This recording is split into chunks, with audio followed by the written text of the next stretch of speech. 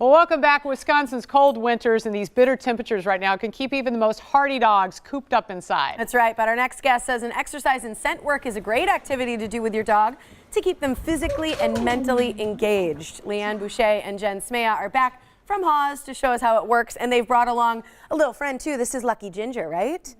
This is Lucky Ginger. Oh, so good looking. Look at the back of your head right I know, right, exactly. I think I should go over here by the camera and go. Aren't those ears cute, everyone? Lucky Ginger, there you go. Yeah. There. Tell us a little bit about Lucky Ginger. He's about 4.5, almost 5. He is one of the dogs that came to our shelter, the rescue transport from Puerto Rico after they had their severe hurricane season. So he is looking for a new home. He's been with us since October.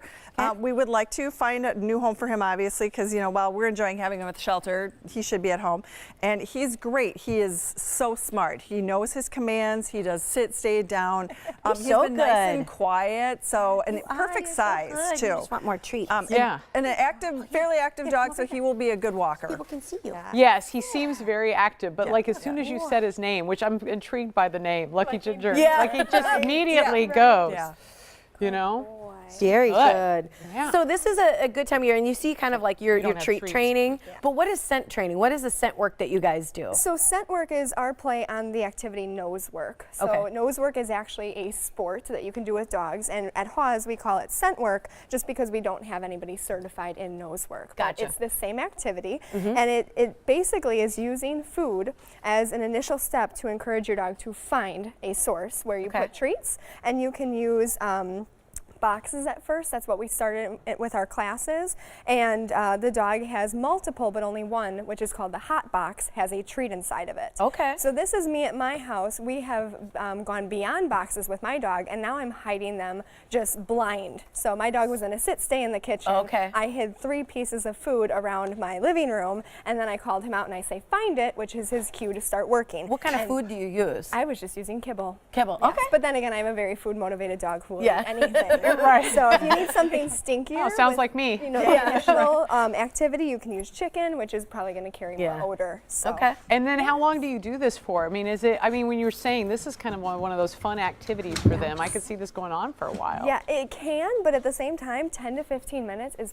plenty to work your dog's mind. So if you're doing it like I am in the video, maybe 4 or 5 repetitions, 4 or 5 trials, and your dog's good. Okay. You know? Probably don't leave it in the same spot every time, right? Yeah, right. Correct. And make sure you find it if you put it under the couch cushion. Yes, I know. It's like those Chicken's Easter been there eggs. for a couple months. If you're a little worried about food being forgotten and which locations you've hid it in, you can also do this with a toy. Oh, So I know dogs that you hide their favorite toy. Yep. And then they find their toy and you engage them with a game, and it works And praise the same them. way. All right, are we going to do it in here? Yeah, right? We should. We should hide it, Well, right? the problem is he's going to see exactly where I put them. Right. No, but I think this is great, especially now that we're having these big winter weather storms. People aren't going to want to go out and do a long walk with their dog, you know, and so being able to do something around the house, I think, really still gives that activity level so the behaviors go down, right? Because isn't that what a lot of people will say, well, that my dog has so many behaviors, and a lot of times it's just a lack of exercise, right? Especially if you're referring to problem behaviors or boredom behaviors. Yep. Right, or separation anxiety. Yes. If, you know, you go to work and get out of the cold weather and go to talk to people, but this poor dog's sitting at the home, so.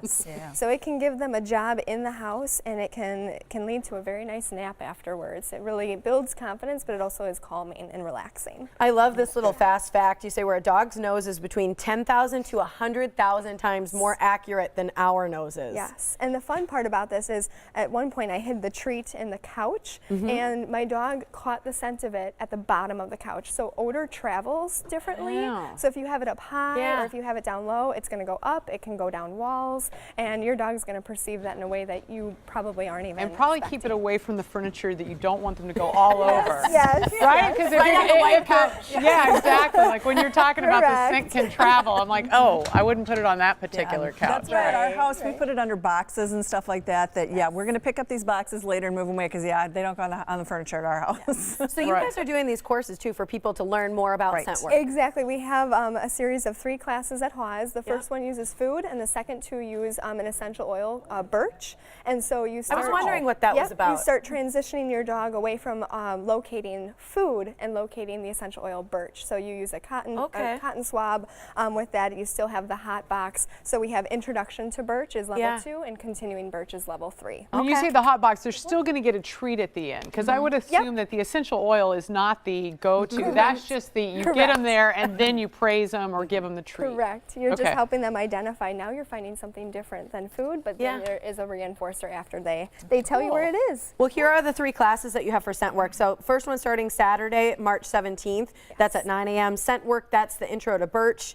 That's Saturday, March 17th. You can see on your screen at 10:30 a.m. And then Scent Work 3, which is continuing Birch, Tuesday, June 5th. So I assume you should do them in succession if you can. Yes. Here's the information for HAWS. So you can either adopt Lucky Ginger, any of the other dogs, or sign up for one of these scent work classes. 262-542-8851 is the website, hawspets.org for more. Thanks, you guys. You're welcome. Good job. I hope you find a good home, Lucky Ginger. Sorry, I don't have any treats. I know. It's like, all right, I'm down. And he smells the cats on us. I had to beg for his focus in the green room. Not anymore. You got it. You got it, girl. Thanks, you guys. Boy. Thank you.